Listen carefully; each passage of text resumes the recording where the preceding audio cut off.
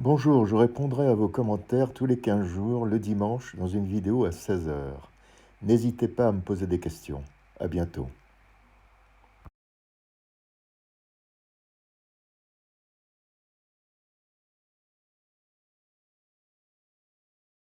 Bonjour à tous, aujourd'hui je vais vous parler d'une plante hallucinogène qui est très recherchée en Afrique de l'Est et au Yémen.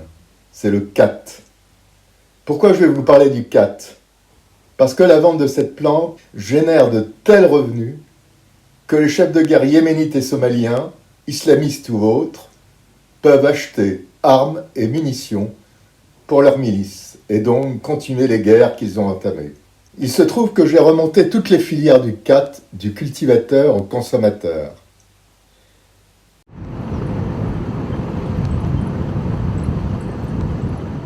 Mogadiscio, 3 heures de l'après-midi, c'est l'heure tant attendue, tant désirée de la mastication du khat.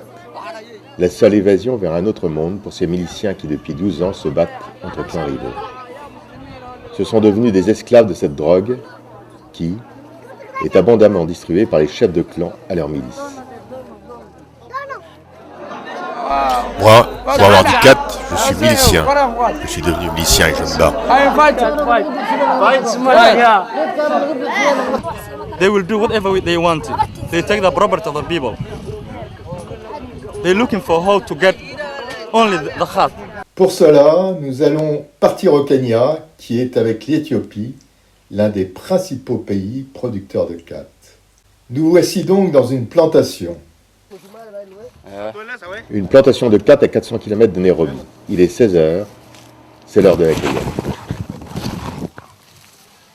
Joseph est un petit exploitant comme il y en a tant d'autres dans la région. La culture de cette drogue rapporte plus de 50 millions de dollars par an aux petits producteurs qui la cultivent. Le khat est une plante hallucinogène consommée dans les pays de la Corne de l'Afrique ainsi qu'au Yémen. La consommation répétée entraîne une augmentation de la fréquence cardiaque, une hypertension ainsi qu'une hyperactivité, souvent accompagnée d'une psychose. Mais qui sont les acheteurs? Ce sont pour beaucoup des marchands kenyans d'origine somalienne, qui sont réfugiés au Kenya pour fuir la guerre civile qui ravage leur pays depuis plus de 10 ans.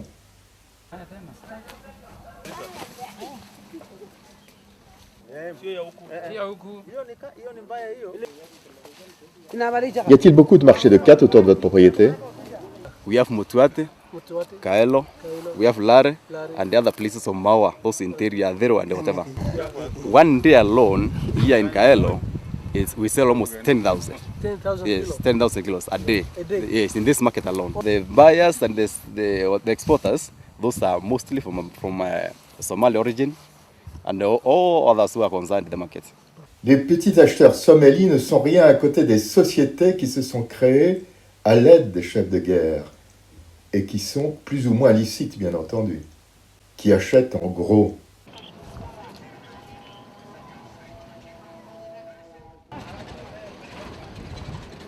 Le marché de Kaelo.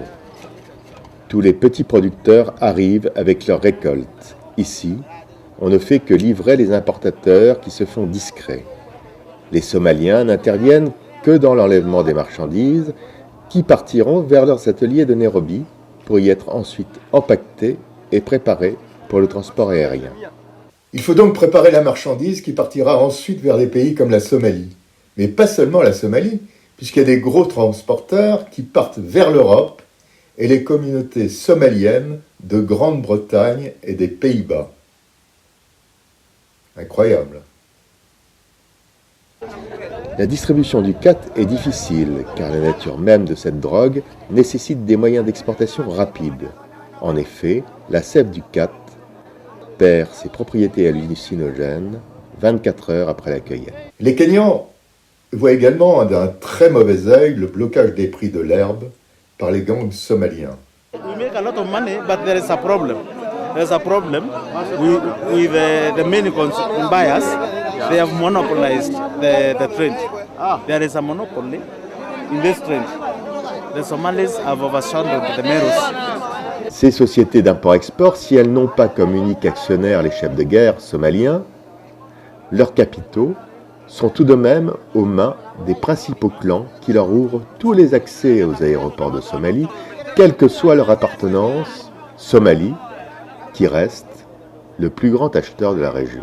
Les Kenyans se rappellent aussi des énormes problèmes qu'a soulevé la population somalie installée au Kenya, son implication dans certains attentats et tous les problèmes liés au mouvement terroriste Al-Shabaab. Ah oui, je suis resté une semaine dans une banlieue de Nairobi, dite Little Mogadiscio. Little Mogadiscio. C'est ici que tous les ordres d'achat de khat sont donnés aux différents sous-traitants somaliens qui habitent dans le district de Mawa. Little Mogadiscio est peuplé uniquement de Somalis. Il est extrêmement surveillé par les services kenyans et américains qui sont persuadés que les extrémistes islamiques de la mouvance du mouvement Al-Ittihad al-Ismaïlia sont mêlés aux attentats de Nairobi de 1998 et de Mombasa l'année dernière contre des touristes israéliens. Il était très difficile de filmer, le petit hôtel somali où j'étais, ainsi que mon guide, étaient surveillés. Ici, tous les trafics sont possibles. La population de Little Mogadiscio est aux 3/4 en situation irrégulière, ou a bénéficié de la corruption des fonctionnaires kenyans qui vendent des passeports à 1 500 $ pièce. Maïwa, il est impossible de filmer chez les exportateurs somalis. Il est 19h, retour à Mawa, mais cette fois-ci chez les exportateurs somaliens. Ici, le ton change. La vue d'une caméra est ici ressentie comme une agression. On nous demande si nous ne sommes pas du FBI ou des inspecteurs de l'ONU. Car les inspecteurs des Nations Unies se sont intéressés de très près au trafic de khat dans le cadre de la résolution concernant l'embargo sur les armes en Somalie. L'argent du khat sert en partie à financer les achats d'armes et de matériel destinés aux milices. De plus, les avions revenant de Somalie ne reviennent pas à vide, car en plus des produits de contrebande ordinaires venant de Dubaï, plusieurs fois, l'exportation du khat a été suspendue sur la demande des services kenyans qui avaient découvert des armes. Alors quel est l'intérêt du Kenya dans ces transactions ? Mais l'enjeu économique pour le Kenya a une importance. Les clans de la région de Meru, puissants. Aucun gouvernement ne prendrait l'initiative d'interdire la vente et l'acheminement du khat vers la Somalie.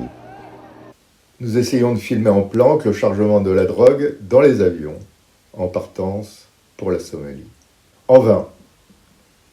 Il va nous falloir partir à Mogadiscio pour filmer le reste de cette route du khat. Il est 21h. Ce khat sera à Mogadiscio demain matin. 3h du matin, l'aéroport Wilson, à quelques kilomètres de Nairobi.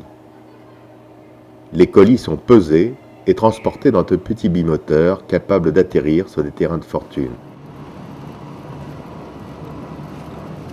9h le lendemain matin, à 15 km de Mogadiscio. Des milices puissamment armées contrôlent la seule route menant à l'aéroport numéro 1. Vous verrez cela la semaine prochaine. J'espère que ce récit vous a plu. À bientôt sur ma chaîne. Et n'oubliez pas, abonnez-vous et le pouce. À très bientôt. Au revoir.